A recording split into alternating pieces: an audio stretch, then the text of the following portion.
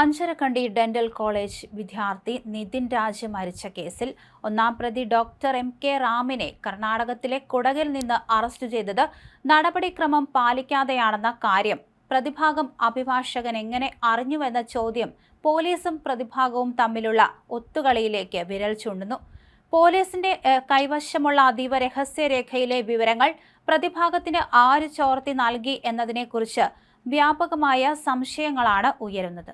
Case അട്ടിമറിച്ച് പ്രതിയെ രക്ഷപ്പെടുത്താൻ പോലീസിലെ ഒരു വിഭാഗം ഉദ്യോഗസ്ഥർ വഴിവിട്ട നീക്കം നടത്തുന്നതിന്റെ തെളിവാണിതെന്നാണ് ആക്ഷേപം.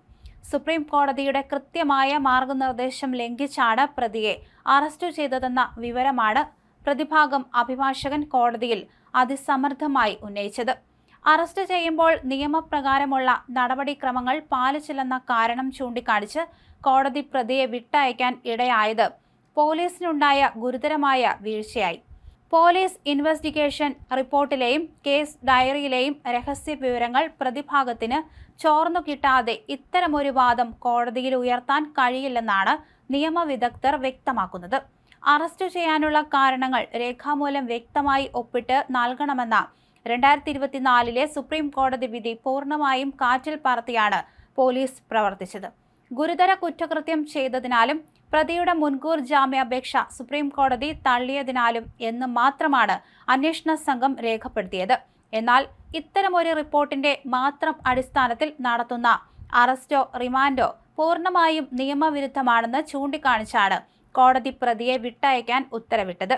തലശ്ശേരി കോടതി പ്രതിയെ വിട്ടയച്ചതിന് തൊട്ടു പിന്നാലെ കോടതി വളപ്പിൽ വെച്ച് വീണ്ടും ഡോക്ടർ റാമിനെ അറസ്റ്റ് ചെയ്തതും പോലീസിന് മറുപടിയില്ലാത്ത മറ്റൊരു വീഴ്ചയായി മാറി. ഒന്നാം പ്രതിയെ പിടികൂടിയത് കോടതിയുടെ കടുത്ത വിമർശനത്തിന് ശേഷമല്ലേ എന്ന് ഹൈക്കോടതിയും കഴിഞ്ഞ ദിവസം ചോദിച്ചിരുന്നു.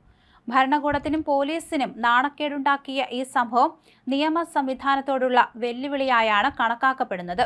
SC/ST സ്പെഷ്യൽ കോടതിയായ പ്രിൻസിപ്പൽ ജില്ലാ സെഷൻസ് ജഡ്ജിയുടെ ഉത്തരവ് ലംഘിച്ചാണ് കോടതി വിട്ടയച്ച പ്രതിയെ പോലീസ് വീണ്ടും കസ്റ്റഡിയിലെടുത്തത്.